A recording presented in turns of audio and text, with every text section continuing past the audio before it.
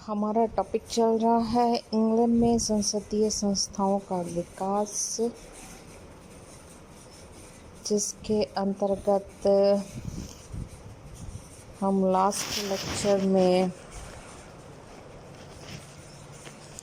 कर चुके हैं। मैग्ना कार्टा जनतंत्री व्यवस्था का आधार डिस्कस कर चुके।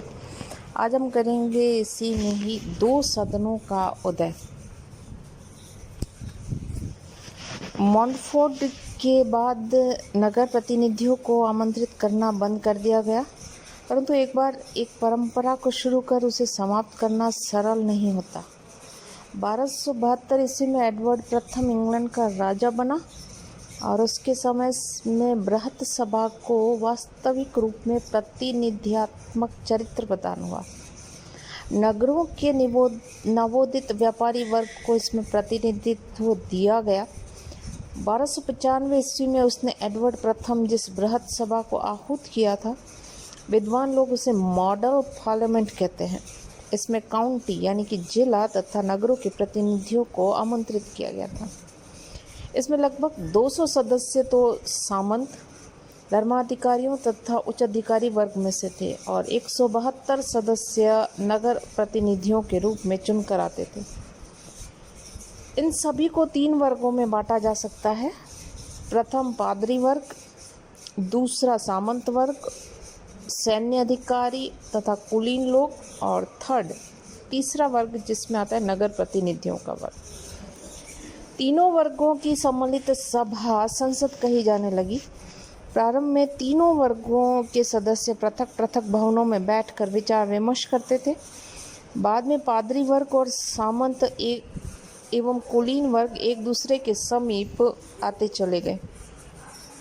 फिर एक ही भवन में बैठकर संयुक्त रूप से विचार विमर्श होने लगा। इस प्रकार बिना किसी कानूनी प्रावधान के स्वतः ही 2 सदनों का उदय हो गया। कालांतर में ये दोनों सदन लॉर्ड सभा और कॉमन सभा के नाम से विख्यात हुए। 2 सदनों वाली संसद का विकास अचानक नहीं हुआ।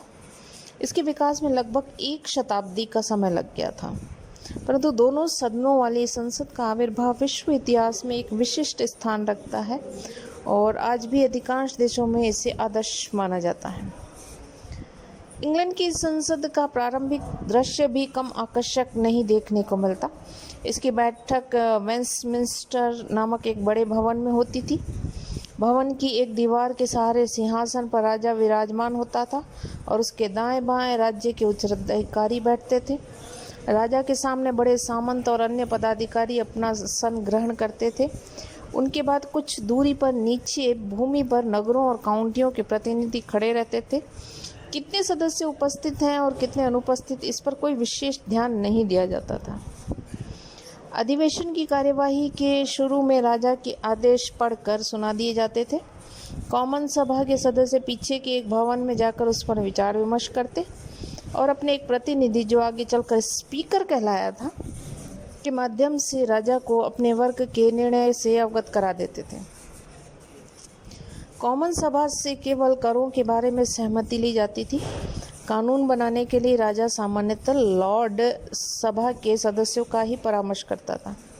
इस दृष्टि से कॉमन सभा की स्थिति लॉर्ड सभा की तुलना में काफ़ी कमज़ोर देखने को मिलती है, परंतु धीरे धीरे स्थिति में बदलाव देखा जाने लगा और कॉमन सभा की स्थिति शक्तिशाली होती चली गई। वित्तीय विषयों के साथ साथ कानून बनाने में भी कॉमन सभा की भूमिका महत्वपूर्ण होती चली गई।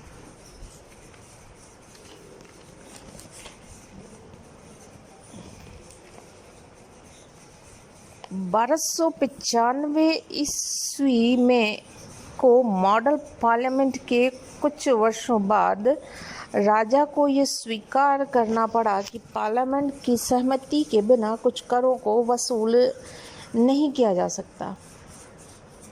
इस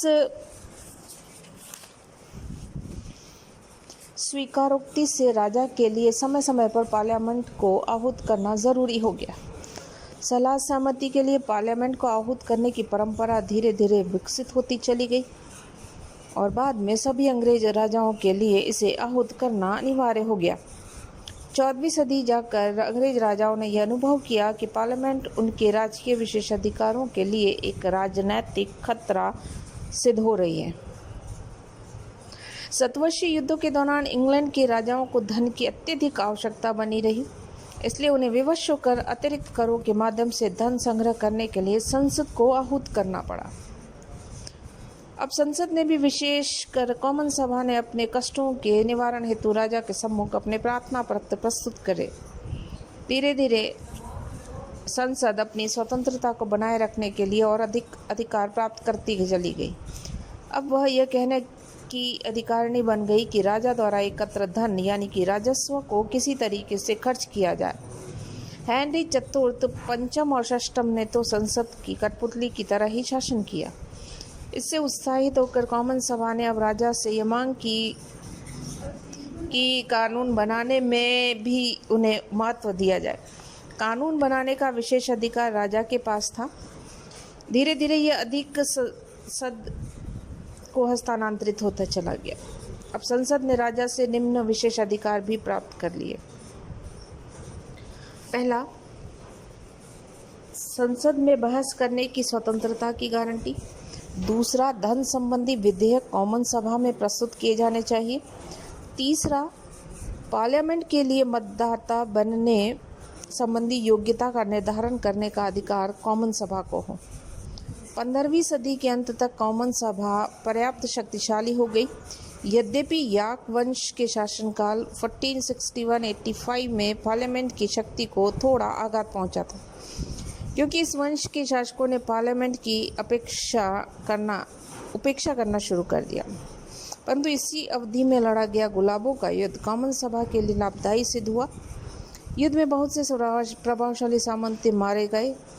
लॉर्ड सभा पहले जैसी प्रभावशाली नहीं रही। इसके विपरीत ज्यों ज्यों नगर समृद्ध होते चले गए, कॉमन सभा का महत्व बढ़ता ही चला गया। इस प्रकार वित्तीय मामलों में कॉमन सभा अधिक प्रभावशाली बन गई, परंतु न्यायिक मामलों में लॉर्ड सभा का वर्चस्व बना रहा। ट्यूडर काल में संसद। गुलाबों के युद्ध के बाद 1485 ईस्वी में हेनरी सप्तम इंग्लैंड के सिंहासन पर बैठा। 1453 से 1485 के मध्य संसद और राजतंत्र को अपने नियंत्रण में रखने के लिए इच्छुक युद्ध प्रिय बैरनों यानी कि सामंतों ने समूचे देश को अराजकता की स्थिति में धकेल दिया था।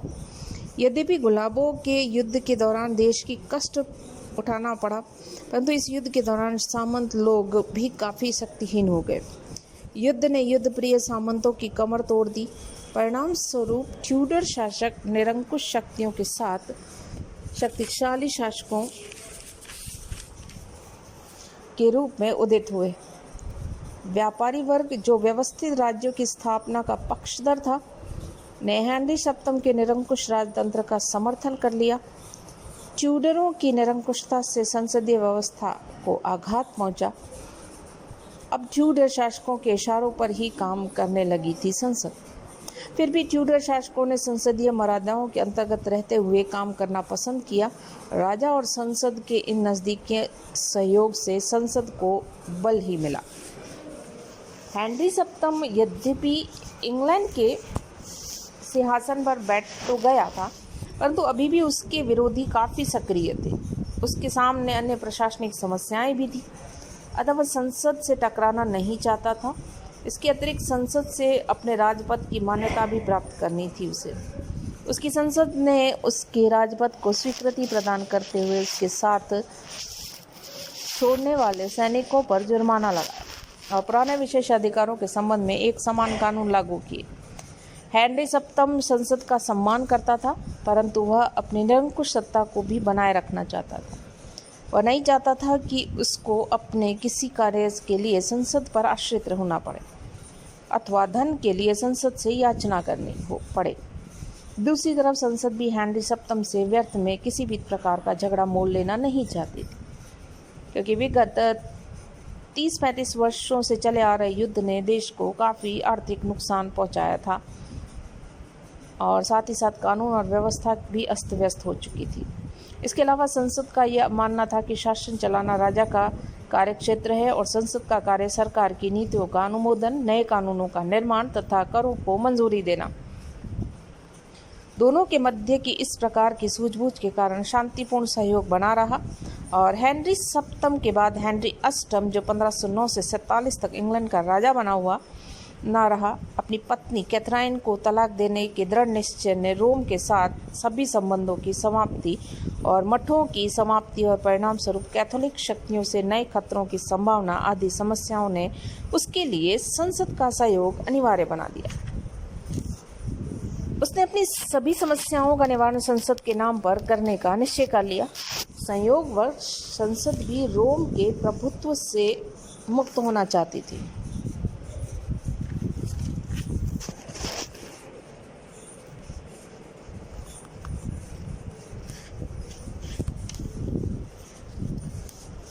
अतः हेनरी अष्टम का संकेत मिलते ही संसद ने अपने कानून बनाकर पोप को धन भेजने पर प्रतिबंध लगा दिया। पोप के पास अपीलें भेजने पर रोक लगा दी गई। राजा को इंग्लैंड के सभी बिशपों को नियुक्त करने का अधिकार दे दिया गया और बाद में राजा को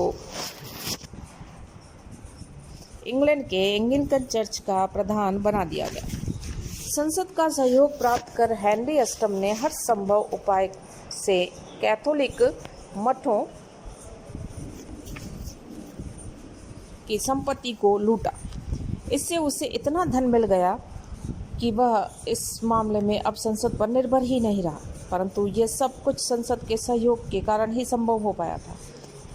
इस स्थिति के कारण संसद की प्रतिष्ठा में निश्चित रूप से वृद्धि हुई।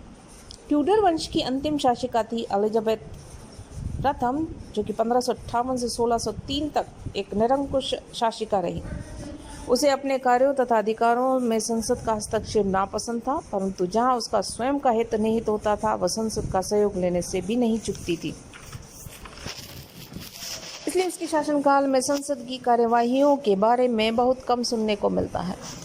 उसके समय में देश का शासन संसद अथवा संसद के प्रति उत्तरदायी मंत्रियों द्वारा नहीं चलाया जाता था, अपितु महारानी और उसके प्रीवी काउंसिल द्वारा चलाया जाता था। आधुनिक समय में कार्यपालिका पर संसद के नियंत्रण का एक प्रमुख कारण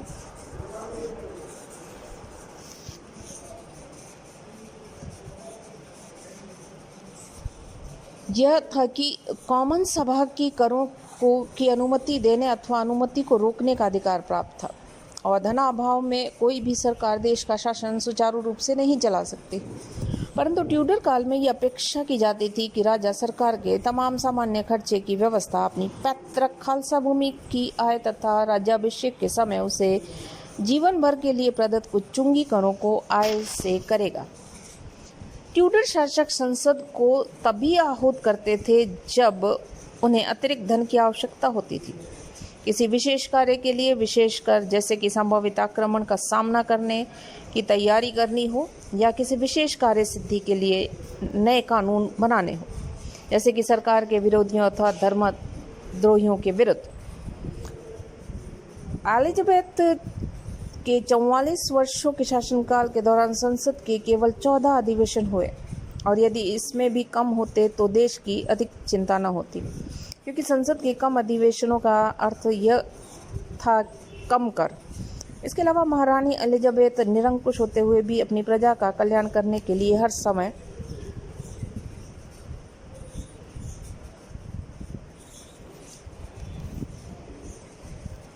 तत्पर रही थी, परंतु उसे यह पसंद नहीं था कि संसद उनके कार्यों की आलोचना करे। नीदरलैंड और ह्यूगनाटोस को कंजूसी के साथ सहयोग देने का एक प्रमुख कारण यह भी रहा कि वह संसद से अधिक से अधिक धन मांगने के पक्ष में नहीं थी।